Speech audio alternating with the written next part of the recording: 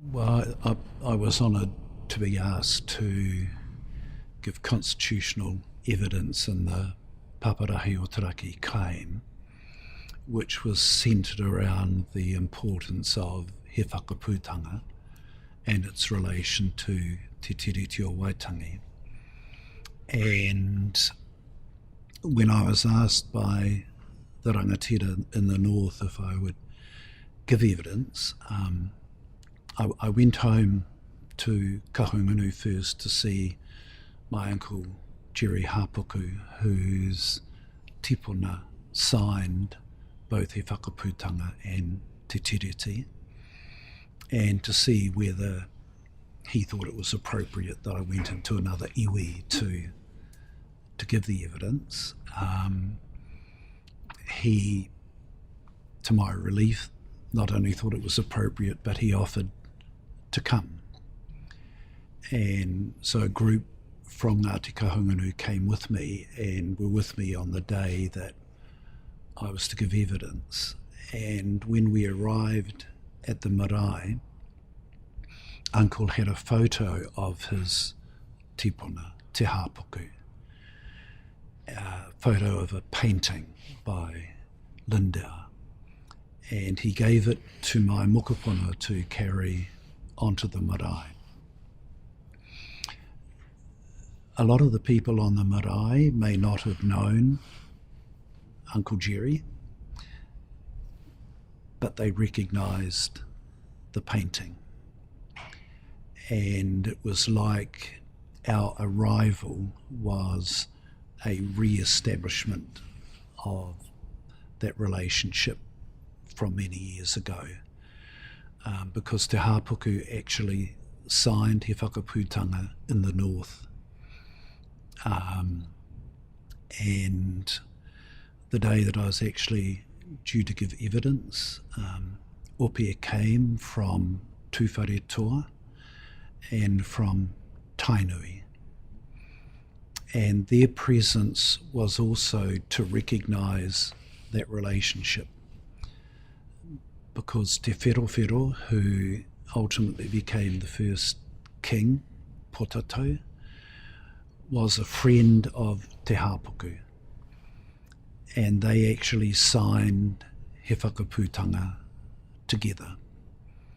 And so it was a really humbling experience for me, actually, to be able to give my kōrero in their presence and an acknowledgement of that relationship, which in itself also acknowledged the importance, I think, of he whakaputanga, that it was a declaration of what was the extant situation in 1835, that iwi and hapu were independent entities, so that Ngāpuhi made decisions for Ngāpuhi, Ngāti Whātua made decisions for Ngāti Whātua, and no one could impinge on that independence.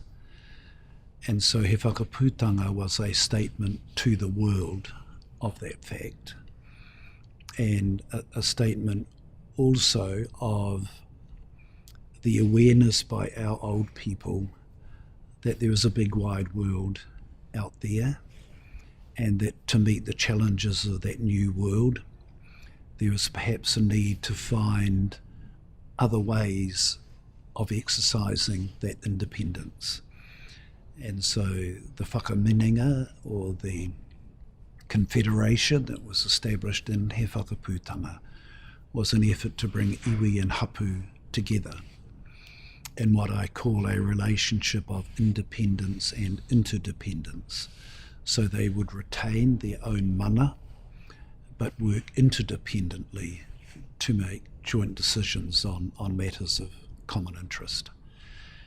And when the possibility of treating with the Crown came along 5 years later, that political philosophy, if you like, that political reality had not changed. It was still in place that iwi and hapu were independent, but were willing to seek interdependent relationships with other political bodies, including the Crown.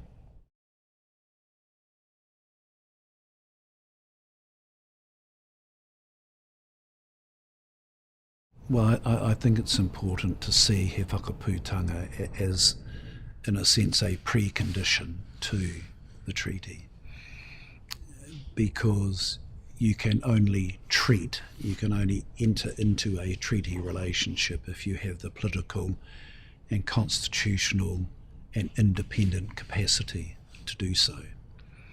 And long before 1840, our people were treating with each other, because that's what independent bodies do.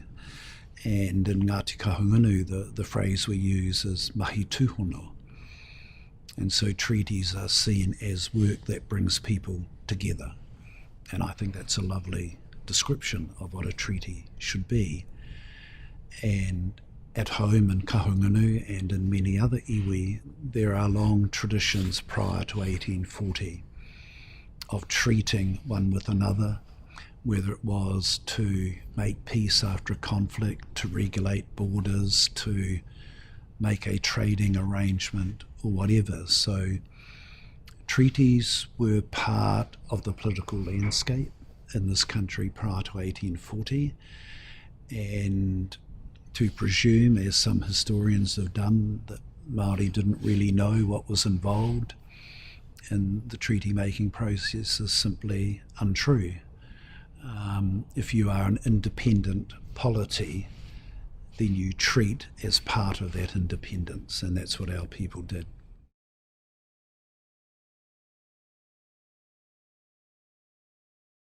One of the things I think that is important to remember about the treaty in terms of how I believe our people have understood it is that the site of political and constitutional power prior to 1840 rested in the hapu. And so He Whakaputanga is an agreement between hapu. In Te Tiriti, the words in the reo refer to hapu. And that is because hapu is also the word which means to be pregnant or to be swelling with life. And so it was at the hapu level that the important life and death decisions were made. Decisions to go to war, to make peace, to treat. And in a big iwi like Ngati Kahungunu, where there are literally dozens and dozens of hapu, that was acknowledged really clearly, because the interests of a hapu in Wairoa in the north might be quite different to the interests of a hapu in the Wairarapa in the south. But we would always come together within the runanga a iwi to discuss matters of common concern. And so when word came that this entity called the Crown was wanting to treat, there were a number of hui a iwi at home in which hapu came together to decide whether we should treat with this new entity, what were the advantages and disadvantages in treating. And those discussions took place over a relatively short period, but they were hapu based, because that is where, if you like, the treaty making power resided. Our little hapu, one of the hapu that I belong to, Ngati Pōporo, decided for our own reasons, we were a tiny landlocked hapu, that we would treat, that there might be advantages in forming a relationship with these new people who are part of this other entity called the Crown. Most hapu in Kahungunu, however, decided not to treat. And the reasons were very clear, because our research shows that in 1840, in the whole of Ngati Kahungunu, there were less than a dozen Pākehā people. And so Pākehā were, if not irrelevant, they were not of pressing importance. And so our people saw in 1840 no need to treat. What we did see was a need, if you like, to lay down the rules of any possible engagement. And those rules were that this is our land, we are independent, but we are willing to have a relationship at an appropriate time. So those hapu that had agreed to sign assembled on the banks of the Tukituki River between what is now Napier and Hastings, and waited for the Crown officials.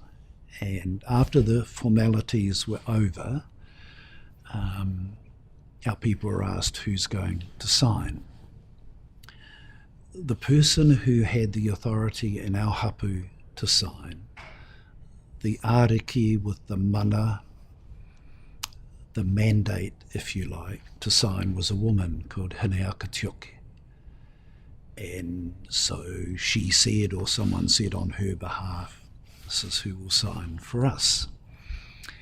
And we don't have an actual written record of what the Crown response was, but the story that's come down to us is that that caused some consternation among some of the Crown officials, because women under Western law at that time could not sign treaties. They could not sign contracts, they could not make a will. They had no political constitutional power. And so our people were then confronted with a dilemma. Do we do what our independent authority demanded, that the person who had the mana to sign would sign, or do we do what this new Crown entity wanted and scramble around and find a man? And to my everlasting pride, our hapu said, well, she can't sign, we'll go home. And so they walked home, and our little hapu never signed the Treaty of Waitangi. And the reasons we never signed were deeply steeped in our tikanga and our understanding of our independence. Had we rushed around to find a man, it would have been like saying Queen Victoria demanding that the King of France find a suitable person other than himself to sign the treaty. It must have also been incongruous to our people, because we knew that the personal embodiment of the Crown at that time was in fact Queen Victoria, who was a woman. And yet we were being told that nevertheless a Māori woman can't treat with her, and that was simply unacceptable.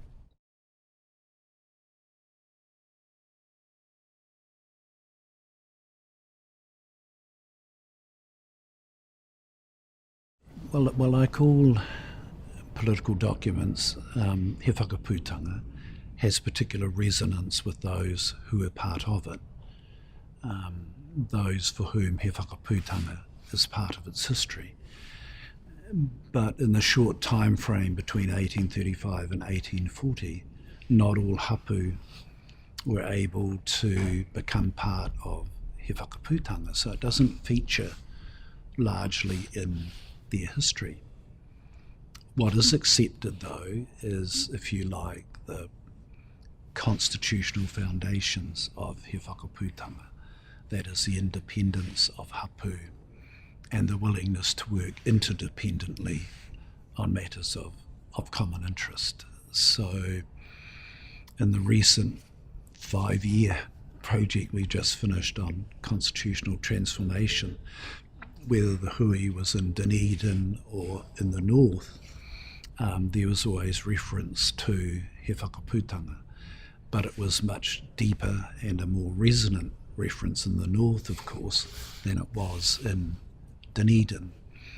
And what was obvious in the south was the importance of that underlying constitutional framework of He Whakaputanga, that Ngāi Tahu has never given up its independence, but has similarly always been prepared to work interdependently with others, and that's the very essence of He Whakaputanga, I think.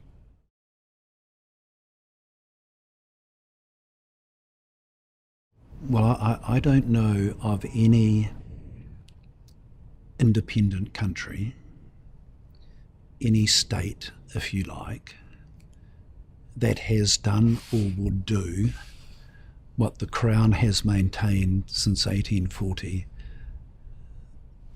that Hapu did. That is, that where we had jealously guarded and stated our independence for hundreds of years, that according to the Crown, suddenly on the 6th of February, every Māori in the country woke up and said, we don't want to be independent anymore, we'll give it away to this lady in London that we've never even met. Now that requires a profound suspension of disbelief. I'm not aware, for example, of any stage in French history where the Emperor or President of France woke up and said, I don't want to exercise sovereignty in France anymore, I'll ask the Tsar of Russia to do it. And I certainly don't know of any instance in Britain where the King or Queen of Britain woke up one morning and said, I don't want to exercise sovereignty in Britain anymore, I'll go and ask the Kaiser in Germany to do it. That is just historically not a fact of political and constitutional interrelationships. And to assume that that is what our people did flies in the face of that very human history, let alone the very Māori human history, where the notion of giving away the authority to make independent decisions is not just culturally inconceivable, it was politically impossible. And that has remained a consistent thread in the Māori discussion ever since 1840.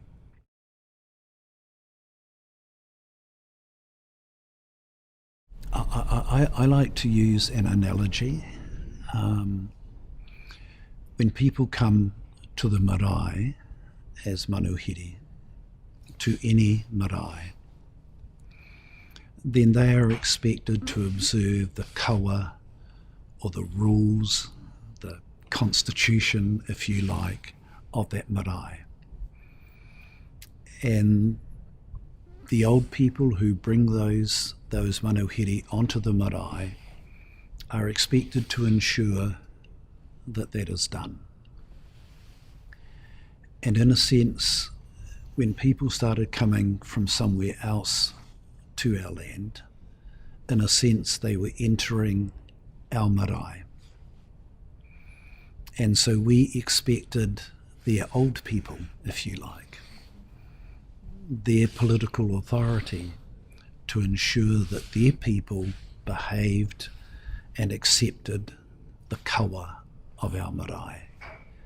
And so the treaty, I believe, was a recognition of who their rangatira was, that is the Crown, and an expectation that the Crown would then keep its people in line, if you like, that it would have the authority in regard to those people and would then have a relationship with us to ensure how people should conduct themselves, what their codes of conduct would be, what the essence of the relationship would be on the marae that is our land. So I think the treaty is fundamental because it establishes that interdependence, which is such a fundamental corollary of our understanding of independence. It established the framework in which people who come here could have a relationship with us, in which we would be free to continue to exercise our mana. The Crown would be exercising its authority in relation to its people, and the treaty challenge was how that relationship would work, how we would do what He Whakaputanga envisaged, that is, come together to make decisions on matters of joint concern. Because of colonisation, the country has failed to date in that exercise, but that does not negate the ambition and the aspiration that was behind the signing of Te Tiriti in the eyes of our people, that desire for a relationship with those who come onto our marae.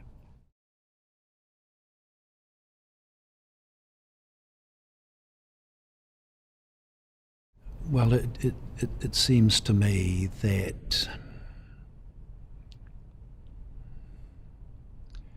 if a treaty relationship is to have any meaning, then people have to work to understand what that meaning is and then be prepared to give effect to it. For over 100 years that has been impossible, because the forces of colonisation that demanded there only be one site of power, there only be one supreme sovereign, has dominated. And many within the Crown House, if you like, still believe that should be the position. So that when the Waitangi Tribunal in the Paparahi o Taraki claim stated for the first time in a tribunal hearing that iwi and hapu did not cede sovereignty, that rather what the treaty envisaged was different spheres of influence, a Kāwanatanga sphere of influence and a Rangatiratanga sphere of influence, and then the challenge was how we build a bridge between those two and define what those spheres are.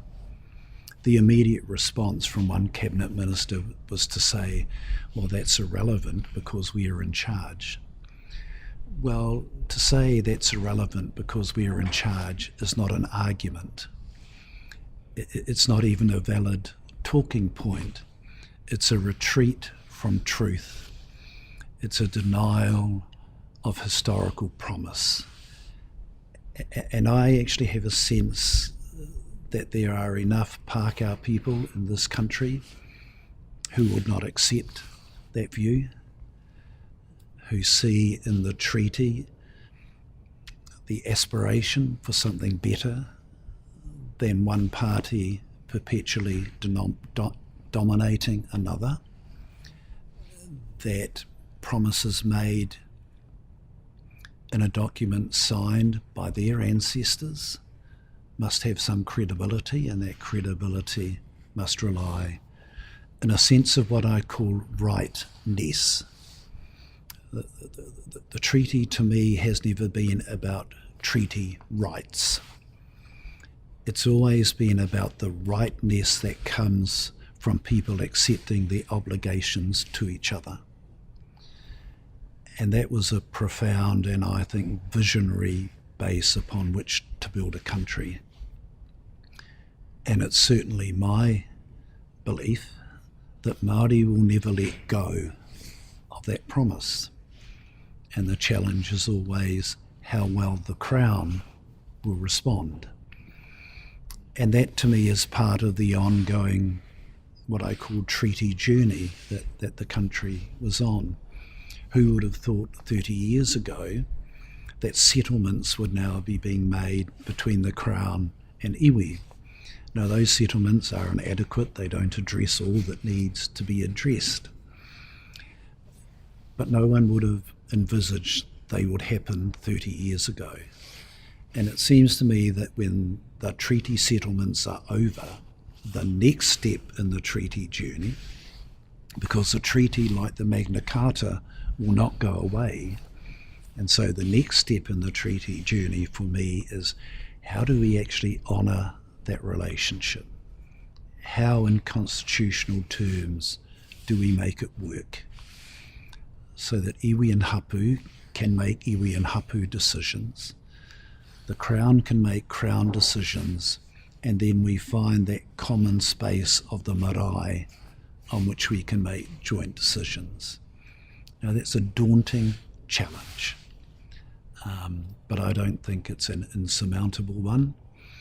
And in the work of the Mātike Mai Constitutional Transformation Working Group that was established by the iwi chairs, we set a timeline of 2040, not just because that will be 200 years since the signing of the treaty, but it gives us 25 years, it gives us a generation to muster up the wit, the wisdom, and maybe even the courage to take that next step in the treaty journey.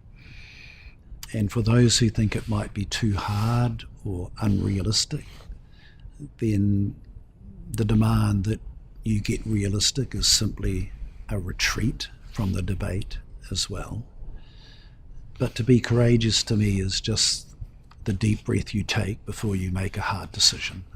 And I am confident certainly that our people have that courage, and the treaty challenge for others who make this land their home is to find that courage as well.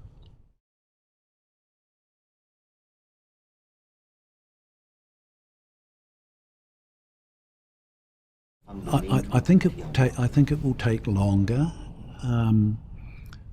for people to overcome what has been taught. Every country has its founding myths, if you like. What colonisation produced is what I call mythtakes, that is, deliberately contrived falsehoods about their being. And the most paramount mistake in the colonising history of this country is that we voluntarily gave away our authority to somebody else. But that is what people have been taught, and it takes a long time often to unlearn that. But the reason why we set 2040 was that these things are generational. Many Indigenous peoples have this belief in that what you do now should be targeted towards 7 generations into the future. And so for our people, this debate is not new. It has been going on for generations already. And so to look ahead to the next generation will be the 7th generation for some people who came before us. And so by 2040, there will be, I think, profound constitutional change, but the conversation will have to go on. I mean, there are still debates in Britain about what the Magna Carta means, debates about the importance of habeas corpus, how is that expressed in the 21st century, and so on. Well, they're having those discussions after 700 years. And so those discussions will carry on here as well. But I think 2040 is a good goal to aim towards, for putting some markers in the ground, what I call treaty po, some po whakairo in the ground that indicate this is where we go from here.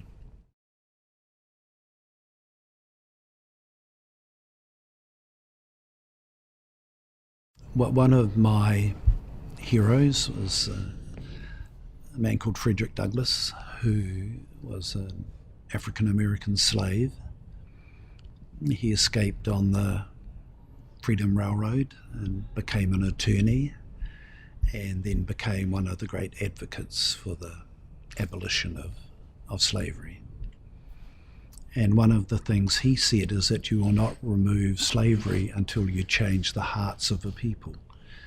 And hearts aren't necessarily changed in a school. Hearts are changed in the dialogue that people can have at home, at work, with friends, with antagonists. Often schools are there to promote a particular view of the world. They're not necessarily there to foster change that might threaten that view of the world. And whenever I'm asked to speak at a conference or go to address a Rotary Club or something, which I often do somewhat reluctantly, but I do, I just get a sense that in spite of the dreadful things that get publicity, like the shocking treatment given to some people with racist abuse and so on. There is a sense that when you can talk to people, then you begin that process where history changes in the hearts of people. It would be helpful if it occurred in the schools, and the treaty is in the curriculum now, but there's only one story which is told in the curriculum, and in fact there was a move a few years ago to remove it from the curriculum. So while I would hope that schools will play their part, I actually put more faith in the ability of people in the end to talk with each other, because many Māori and Pākehā have formed warm and intimate relationships at a personal level, and it's from those that you might eventually get the conversations which will change that wider systemic constitutional framework.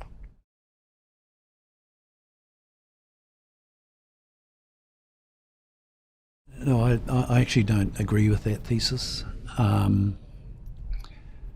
Colonisation was a violent, genocidal process. But that doesn't negate the fact that an agreement was made looking towards the future. If in the last 170 years that agreement has been overpowered in the course of that genocidal dispossession, that doesn't mean that the promise becomes null and void.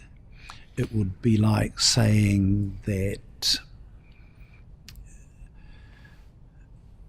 something like the Magna Carta could be made to disappear if something dreadful happened in Britain.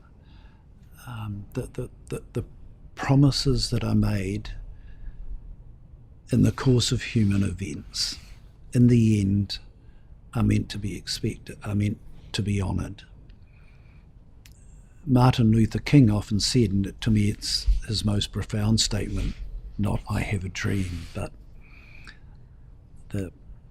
the arc of history always curves towards justice. And I don't like the word justice either, because it seems to presume a particular cultural perception of what is just. So I use the term justness. That is a sense of what is just. But the arc of history does curve towards what is just. That no matter what has been done to crush it in the past, it eventually resurfaces. And it will always resurface in this country because our people will never let it go. Our people will adapt, our people will change. But that vision, that hope will never go. And we are aware of the difficulties of that process. We are certainly aware of the tragedies of the past, but that has not diminished the value of the promise. And that, to me, is always the key of the treaty discourse. It's not an esoteric debate about what the words mean. It's not a political competition about who has the most power. It's about a promise made for two people to honour each other in a relationship of equality. Colonisation has denied that. Constitutional transformation, in the end, is the political structural way in which that is addressed, but that comes based upon that change in the hearts, that pursuit of that arc of history, really.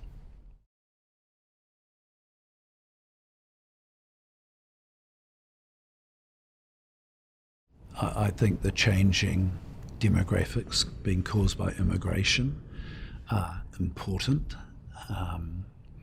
They will change the vibrancy and the nature of the society, but that does not change the basic promise that was made in the treaty, because it's that promise upon which this country exists.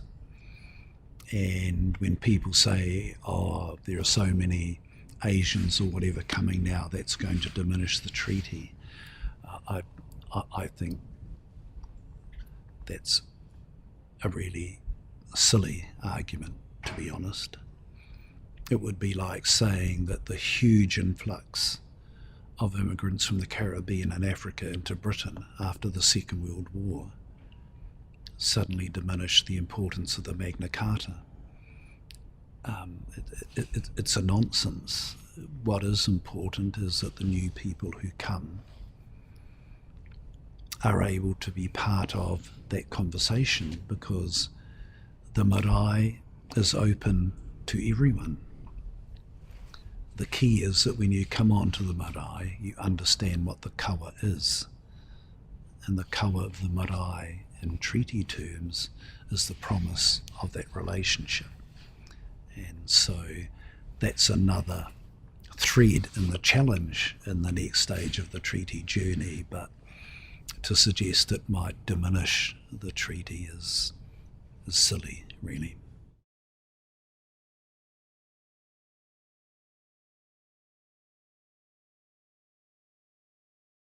Well, that's like looking at a glass and asking whether it's half full or half empty.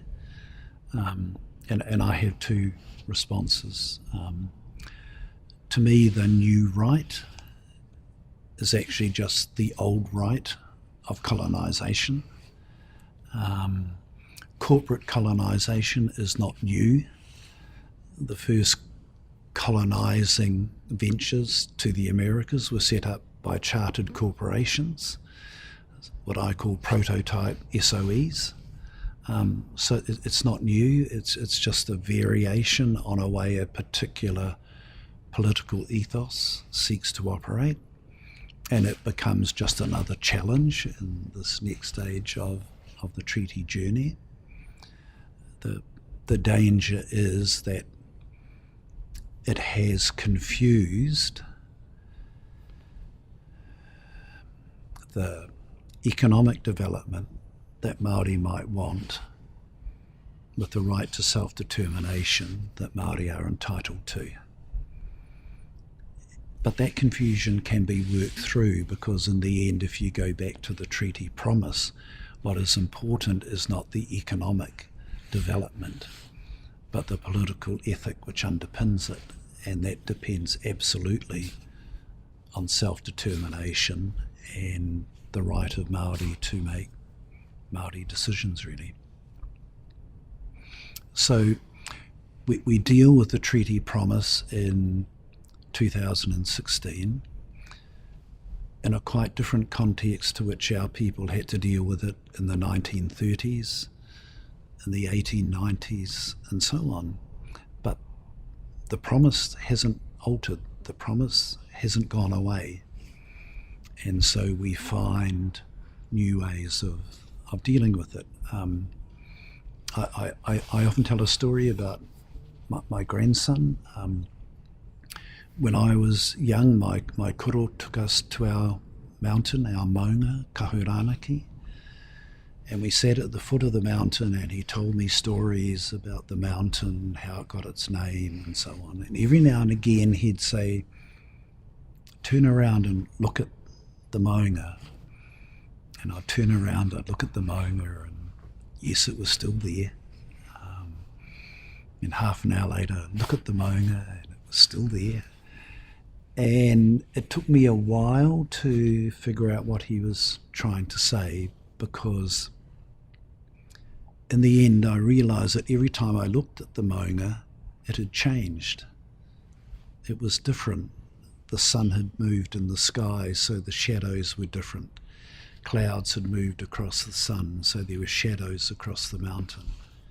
So the change was immutable, but the mountain itself hadn't moved. And a few years ago I took my grandson to the mountain and told him stories that my koro had told me. And then I said, turn around and look at the maunga. And because he's a boy of the 21st century, he took out his cell phone and he took a picture.